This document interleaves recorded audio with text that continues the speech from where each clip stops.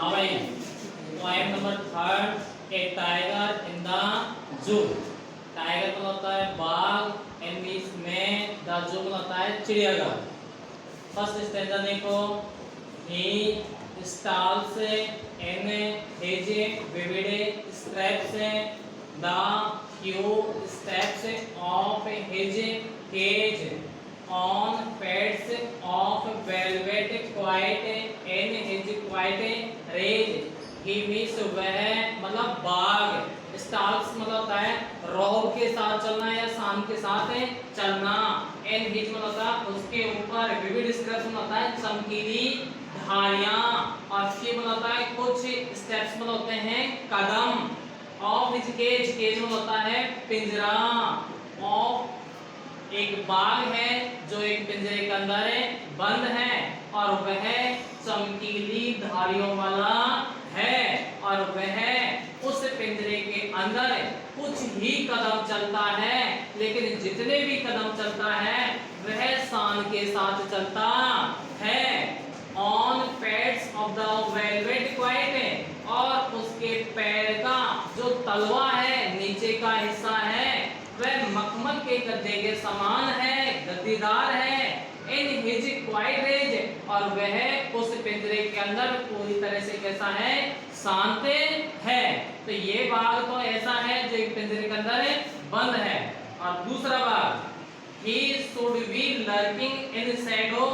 sliding through long grass near the water hole where plump deer pass।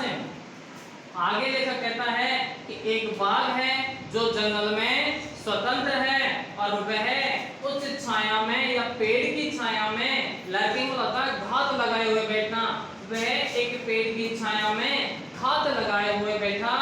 है। Sliding through the long grass, और वह उस लंबी लंबी घास में स्लाइडिंग कर रहा है, धीरे धीरे आगे की तरफ सरक रहा है।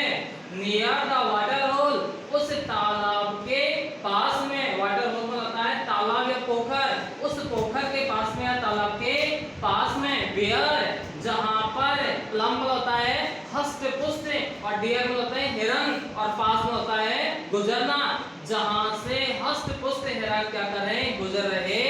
हैं। थर्ड देखो, he should be snaring around houses at the जंगल से, और आगे एक बाघ है जो जंगल में क्या है, पूरी तरह से स्वतंत्र है, और वह उस जंगल के किनारे से, एज बोला जाता है किनारा, वह उस जंगल के किनारे से घरों के चारों तरफ, अराउंड होता है चारों तरफ, स्नारिंग होता है दहाड़ना, वह उस जंगल के किनारे से घरों के चारों तरफ दहाड़ रहा है। बियरिंग हिज वाइट टेंस, अपने सफेद नुकीले दांतों को दिखा रहा है। हिज क्लाउस, अपने पंजे को दिखा रहा है। टेरोराइजिंग द विलेज, और गांव के लोगों को टेरोराइजिंग कर रहा है, आतंकित कर रहा है। आगे देखो, but he is locked in the concrete cell, his strength behind the bars,